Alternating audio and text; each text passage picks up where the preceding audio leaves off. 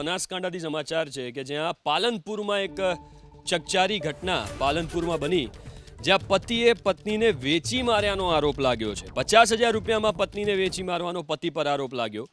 સોદો કર્યા બાદ પત્ની ગુમ થયાની પતિએ જ ફરિયાદ નોંધાવતા ભાંડો ફૂટ્યો। આરોપીએ પોતાના જ મિત્રો સાથે પત્નીનો સોદો કર્યાનો ખુલાસો થયો છે।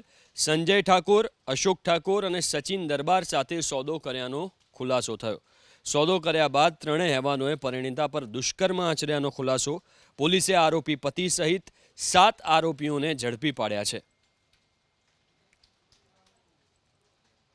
નિકેશ વનાભાઈ પટેલ છે, તેમની પત્નીને પણ શોધી કાઢી હતી અને તે બાબતે આ જે ગુમ જાણવા બાબતે તેમનું નિવેદન લેતા અમને જે પીડિત પત્ની હતી એના તરફથી આખો ઘટનાક્રમનો ચિતાર અમને મળ્યો હતો।